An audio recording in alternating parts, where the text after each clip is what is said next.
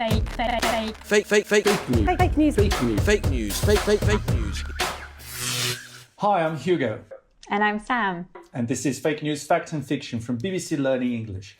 In the programme today, we'll look at the topic of critical thinking with the special guest, Dr. Steven Novella. Being able to evaluate the information that we have access to critically is now probably the most important skill any individual can have. We'll hear more from Dr. Novella later. First, Sam, do you have some vocabulary for us? Yes, I do. So today I'm going to be talking about spin, cherry picking, bias, and the phrase critical thinking itself. Let's have a look. See that? It's a ball. To turn it quickly is to spin it. Now, if we put the truth on this ball, then spin it, can you still see the truth? It's still there somewhere, but difficult to see clearly. Spin makes the truth difficult to see. And this is a bit like political spin, a term first used in the 1970s to talk about the way politicians and their spokespeople present information. They will present information in a way that makes things seem as positive as possible without always telling you the whole truth or the whole context. They might highlight the most positive details, but ignore the other details that don't make them look quite as good. Selecting which facts are chosen to publicize is known as cherry picking, and it often doesn't give a full or accurate picture of the whole story. And it's not just politicians of all sides who do this. It happens in the media too, mainstream and social media, and very often we do it ourselves. To explain why, I'm going to need another ball, like a bowling ball. Bowling balls don't roll straight. They curve to the left or right when they're rolled. One reason for this is that their weight is not centered. They have what is called a bias. Bias is the same word we use to describe an opinion that is not impartial, one that is not based fairly on facts, but which may turn one way or another because of personal feelings, political preferences, or ideology. So we might disagree with someone and think that they're wrong, not because of evidence or facts, but just because they have a different way of looking at the world than we do. And when it comes to the spread of fake news, something called confirmation bias is incredibly important. This is when we ignore or dismiss anything that doesn't support our own beliefs and only pay attention to information that confirms the views we already have. We like to read and see opinions that reflect our own beliefs. We might want to share something that we really agree with, something that makes us really angry or upset, and not stop to think whether it's actually true. The challenge is to be open to trying to understand opinions that are different from our own and not ignore any evidence that doesn't confirm our own view. This is where critical thinking becomes very important. The skill of looking at information objectively and impartially and trying not to be persuaded by our own biases. So that was my balanced spin on spin, and now back to the studio. Thanks, Sam. I may be biased, but I thought it was really interesting. And it takes us nicely into our topic today, critical thinking. Why is this something that is important when it comes to fake news? Well, one of the ways that news spreads is when it's shared. And if it's fake news, that can be a problem. Thinking critically is a bit like social distancing for fake news.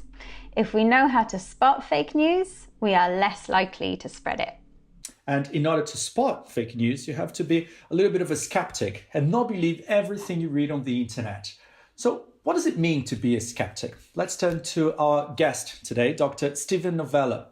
Dr. Novella is a clinical neurologist at Yale University. He's a science communicator who presents a weekly podcast called The Skeptic's Guide to the Universe, and he's also written a book with the same name. We spoke to him earlier and first asked him about what being a skeptic means and why he believes it's important. A skeptic is somebody that wants to believe only things that are actually true. We want to use facts, logic, and evidence to base our beliefs on. Now, the opposite of being a skeptic is being gullible. And I don't think anybody would self-identify as gullible or want to be gullible.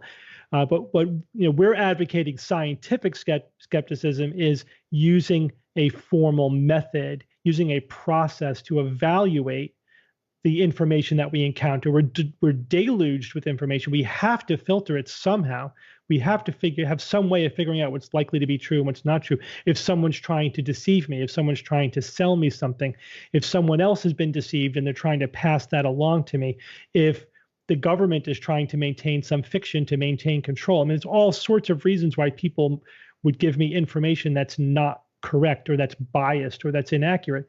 And sometimes people just make honest mistakes. We're flawed. Our brains are flawed. Our memories are terrible. We sort of construct an approximation of reality as best we can, but it's never totally accurate. And we have to be aware of all those biases and flaws. Well, good to hear Dr. Novella using one of your vocabulary words there, Sam, bias. But did you pick out any other interesting word there? Yeah, so the word gullible is interesting. We use this word for someone who is willing to believe things without questioning.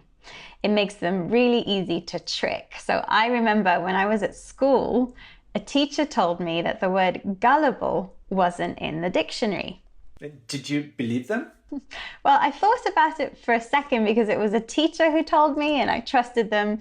And then I was going to tell my friends because I thought it was interesting, but I thought I should probably check it out first. And of course, the word was in the dictionary. So being a skeptic and a critical thinker means not believing everything you see or hear, not liking and sharing something, even if we agree with it or it feels right to us, until we have evidence to support it. It may not be important whether a word is in a dictionary or not, but it is when thinking about the areas of science, health, and politics. Yeah, it does take a little bit of an effort. It's easy to check a dictionary to see if a word is in there, but it is more difficult with more complex issues. So how do we start with this? Here's Dr. Novella again. So whenever I come across a question or a topic that I want to wrap my head around, I make sure that I specifically look for information on all sides. It may be more than two sides, but on all what I think are at least viable opinions. If there's any large group of people or respected professionals or whatever who are saying something, I want to at least understand what their point is. What is their side? And until you sort of sort through the back and forth of different arguments, you don't really have a good sense of who has the better position. And if I follow a good process, I look for as many differing opinions as I can, keep a genuinely open mind, don't prejudge the conclusion, and then see, okay, who has the better evidence? And when you do that habitually, you do that all the time, you get pretty good at it. Just like anything, you do it all the time and you'll get better at it. It still takes work to wrap your head around any complex issue, but you have a fighting chance if you do that process. It seems to have some similarity with what journalists do, looking for different sources and analyzing the evidence. And it's important to look not only at different sources, but also at different points of view. Of course, this isn't something you need to do for everything. Some things are easy to check and some things are not that controversial. But when it comes to science, medicine and health, for example, there are many claims that we might like to believe, but which may not be accurate. So it's a good idea to develop some of those research skills if you want to be a critical thinker. This is something that Dr. Novella thinks is essential for students and adults to develop, but it's not the only thing. So here's a look at what else he thinks is important.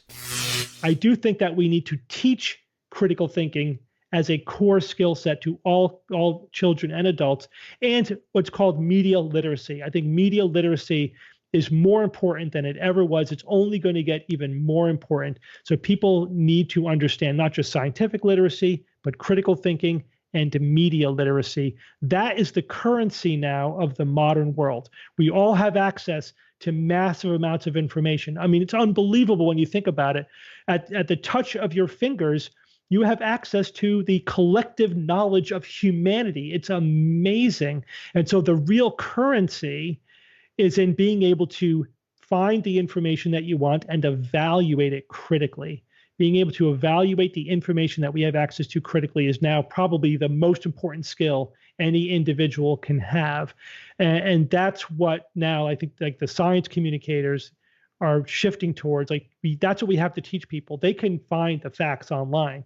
We need to teach them how to know it when they find it.